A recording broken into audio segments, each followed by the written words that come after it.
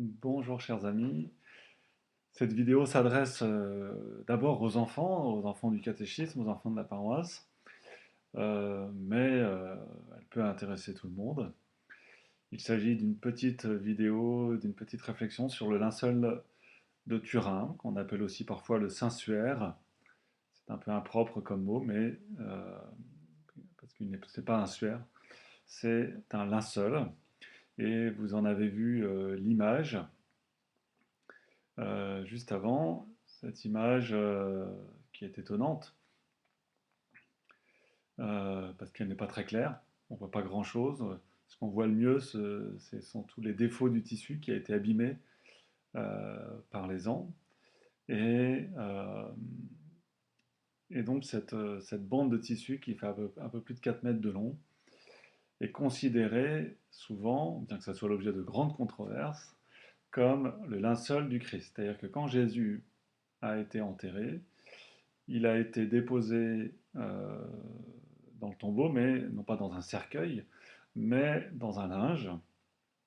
En tout cas, très probablement dans un linge qui a cette forme-là, c'est-à-dire une bande de tissu. Euh, il est posé sur le tissu et le tissu est rebalancé sur lui de telle manière qu'il est enveloppé dedans. Donc ce tissu fait à peu près 2 fois la taille de la personne, même un peu plus. Cette personne, sur le linceul, mesure environ 1,80 m.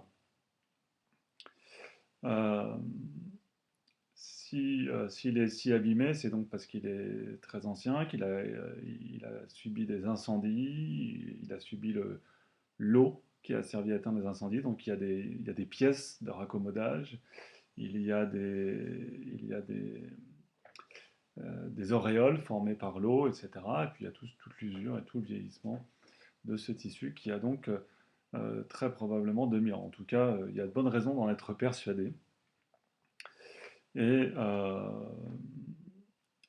donc, il s'est passé quelque chose d'extraordinaire, c'est que ce tissu a gardé l'image de Jésus et nous permet d'accéder ainsi à la passion du Seigneur d'une manière extraordinaire. Les évangiles nous racontent la passion de Jésus, mais ce linge aussi nous la raconte, et nous la raconte, ce qui est quand même important, de la même manière.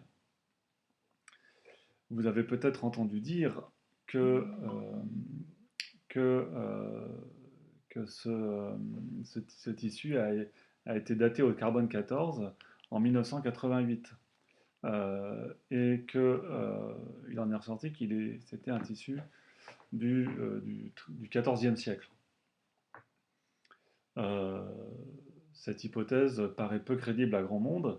Il semblerait bien que, que le datage carbone 14 n'ait pas été fait de manière très sérieuse, et même si ça avait été le cas, il reste à nous expliquer comment ce tissu s'est fait. Parce qu'il faut savoir que sur ce tissu, il n'y a aucune trace de peinture. L'image est faite par une sorte de roussissement du tissu. Et il y a aussi beaucoup d'autres choses. Il y a des pollens, il y a le tissage, il y a la qualité du tissu, il y a un tas de choses même des écritures plus ou moins très difficiles à détecter, mais qu'on arrive à détecter quand même, des écritures qui montrent que ce, ce tissu est bien plus ancien. Et on a même des traces iconographiques de ce tissu qui montrent qu'il était connu déjà bien avant le XIVe siècle. Mais le plus grand mystère, c'est quand même cette image qui ne s'explique pas humainement parlant, qui n'a pas pu être faite par un artiste. C'est impossible. Je ne vais pas rentrer dans tous les détails, mais je voudrais vous parler d'un petit détail technique quand même pour l'approcher, c'est le fait que cette image est un négatif. Alors un négatif, on a découvert la notion de négatif au 19e siècle, c'est-à-dire, on va dire qu'il y a 150 ans, et aujourd'hui, les jeunes toi qui me regardes, tu ne sais même peut-être pas ce que c'est. J'en ai déjà parlé à certains d'entre vous, mais euh, je vais vous montrer parce qu'autrefois, donc nous n'avions pas d'appareil photo comme maintenant. Les appareils photo numériques, les appareils photo étaient sans électricité, sans pile. Hein, il y avait un objectif, il y avait le boîtier, on ouvrait le boîtier était creux, complètement creux, on mettait dedans une bobine. J'ai pas retrouvé de modèle, j'aurais bien aimé en avoir un à vous montrer. On mettait une bobine dedans, une petite bobine en métallique, et dedans il sortait quelque chose, il sortait une pellicule dedans. Cette pellicule, on la tirait, on l'accrochait de l'autre côté, on fermait la boîte, on tournait une manivelle, et à chaque fois qu'on voulait prendre une photo, il fallait tourner un claquet, un cliquet, pour faire tourner la pellicule à l'intérieur. Et cette pellicule, quand on avait pris les 12 ou 24 photos que la pellicule pouvait prendre, on la rembobinait avant d'ouvrir le boîtier, pour ne pas sinon elle était fichue. On allait chez le photographe, on déposait chez le photographe, et il nous rendait des photos. Il nous rendait des photos comme ça. Hein. Euh, voilà, il nous rend une photo sur un papier, c'est du papier photo, c'est pas du papier à imprimante photo, c'est du vrai papier photo, c'est un papier magique sur lequel on projetait une image et elle reste accrochée, elle reste fixée dessus avec des bains, on baigne le papier dans des bains spéciaux jusqu'à ce que l'image apparaisse et reste fixée. Ce qui fait des photos de bien meilleure qualité que quand vous l'imprimez, vous, sur votre appareil photo, sur votre imprimante. Mais là, je vous montre ce que c'est qu'une pellicule. Ça, c'est un morceau de pellicule, il y a 4 photos là-dessus. Et, euh, les pellicules sont en négatif. Ça veut dire que toutes les couleurs sont inversées. Là, nous avons des fleurs. Je ne sais pas si je vais pouvoir vous montrer ça. Vous voyez les fleurs? Les fleurs sont vertes et les feuilles sont rouges. Donc, ça fait des fleurs vertes, ce qui est plutôt assez rare. Hein. Euh, En fait, ce sont des fleurs rouges et les feuilles sont vertes. C'est-à-dire qu'on appelle ça les couleurs sont inversées. Et le photographe, lui, il, il prend la pellicule comme ça, il la met avec un appareil qui projette de la lumière, on appelle ça un agrandisseur, il met le papier photo en dessous, et c'est comme ça que la photo se pose sur le papier. Mais les couleurs redeviennent à l'endroit.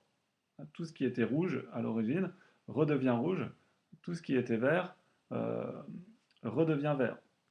C'était dans l'ordre des choses. Donc, ce qui est noir là-dessus, ce qui est noir et blanc, ce qui est blanc et noir, donc il faut inverser, ça fait toujours amusant de voir les gens avec les cheveux blancs et un visage noir, alors qu'en général, c'est l'inverse.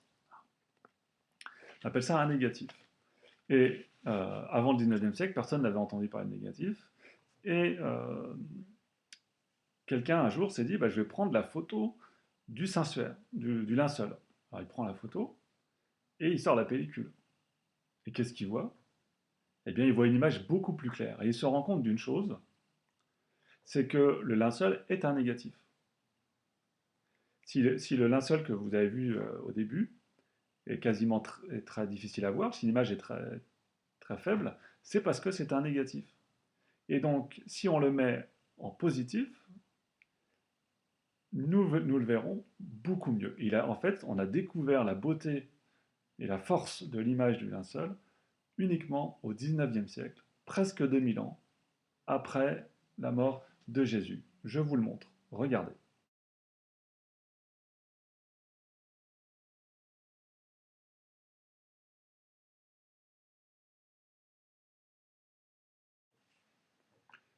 Vous voyez qu'on voit déjà beaucoup mieux. Hein. On voit déjà beaucoup mieux. Ça reste une image très particulière. En plus, elle est réduite parce que fait quand même, je suis obligé de vous la montrer sur un petit écran alors qu'elle est grande. Mais vous avez remarqué qu'on voyait beaucoup mieux les bras, beaucoup mieux le visage, beaucoup mieux les jambes. Et donc on voit Jésus de face et Jésus de dos, puisqu'il y a vraiment l'image devant et derrière. Et donc en contemplant le linceul, on peut vraiment contempler tout ce que Jésus a souffert. Et c'est très impressionnant. Ça nous montre comment Jésus est venu partager la souffrance des hommes, comment Dieu n'est pas indifférent à toutes nos peines, comme il n'est pas indifférent au péché, et que justement le mal que font les hommes rejaillit sur sa souffrance à lui, comme elle rejaillit sur l'humanité tout entière. Donc Jésus est venu partager ses souffrances et ses peines et les offrir dans un acte d'amour par lequel il nous sauve, par lequel il répare le mal, parce qu'il n'y a que l'amour qui peut réparer le mal. Et Jésus va nous témoigner de son amour en offrant toutes ses souffrances pour l'amour de nous. Et qu'est-ce que nous voyons sur le linceul? Nous voyons la couronne d'épines. La couronne d'épines, on voit même sur le linceul qu'en fait, c'est pas qu'une couronne, c'est même un casque. Il a un casque d'épines qui le recouvre toute la tête. Et on voit que tout l'arrière du crâne est, est, euh, est très abîmé. C'est plein de taches de sang partout. Vous remarquerez aussi sur son visage, que je vais vous montrer, hein, qu'il y a une grosse goutte de sang qui coule sur son front. Je vais vous le montrer tout de suite.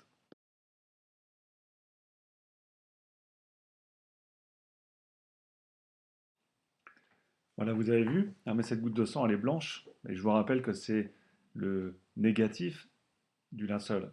Donc, pour mieux le voir, on prend le négatif du négatif, parce que le linceul est lui-même un négatif, ça donne un positif, mais le sang lui-même qui est noir sur le linceul devient blanc, puisqu'on est en négatif. Regardons-le maintenant en positif, vous allez voir.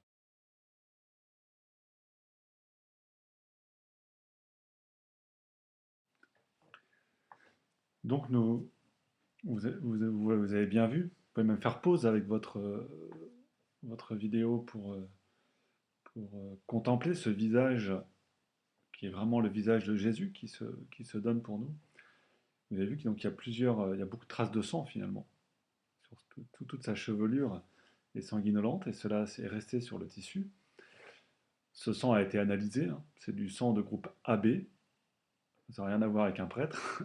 AB, il y a du sang de groupe A, de groupe B, de groupe O. Il y a aussi le groupe AB qui est très rare, en tout cas très rare chez nous, mais qui est beaucoup plus courant dans le pays de Jésus. Et, euh, et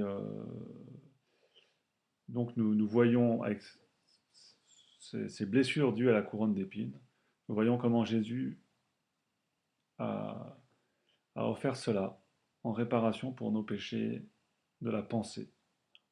Et comment Jésus s'est laissé humilier, hein. On s'est moqué de lui en lui mettant une couronne. Ah, tu es un roi. Tu es un roi, eh bien, voilà, on te met une couronne. Jésus n'est pas un roi comme les autres, c'est pas un roi qui fait souffrir, c'est pas un roi qui fait souffrir les autres, c'est pas un roi qui abuse des autres, c'est pas un roi de la terre. Je ne veux pas dire par là que tous les rois de la terre sont forcément des gens qui abusent des autres, mais c'est la tentation de toute autorité que de vouloir abuser de cette autorité.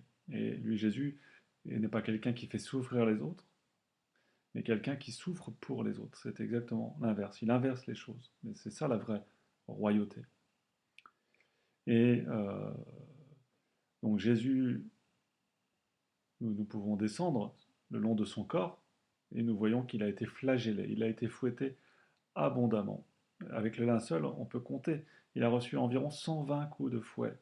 Et les fouets sont des lanières de cuir avec au bout des petites billes de plomb ou des petits osselets. Et tout ça se voit parfaitement, hein, pour quelqu'un qui a le regard exercé, comme font les radiologues, hein. Sur les radios, nous on voit rien, mais les médecins, eux, ils voient tout de suite où est le problème. Et bien c'est pareil avec le linceul. Et tous ces détails, on les voit. Nous contemplons le corps meurtri de Jésus pour nous.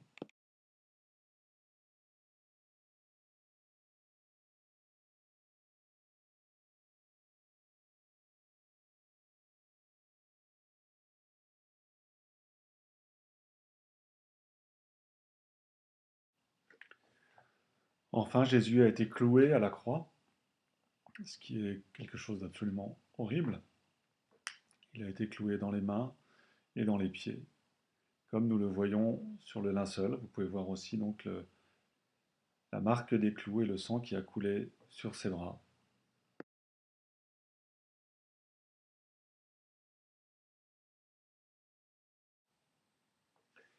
Je vais terminer en vous lisant la petite partie du livre d'Isaïe concernant le serviteur souffrant. Le livre d'Isaïe donc témoigne de la passion, de la souffrance et de la valeur, pardon, de cette passion avant qu'elle ne se réalise. Et pendant ce temps-là, je vous laisse contempler le linceul de Turin. Des multitudes avaient été épouvantées à sa vue, tant son aspect était défiguré, et il n'avait plus d'apparence humaine. De même, des multitudes de nations s'en étonneront. Devant lui, des rois resteront bouche close, car ils verront un événement non raconté, et ils observeront quelque chose d'inouï. Qui croirait ce que nous entendons dire? Et le bras de Yahvé, à qui a-t-il été dévoilé? Comme un surgeon, il a grandi devant nous, comme une racine en terre aride.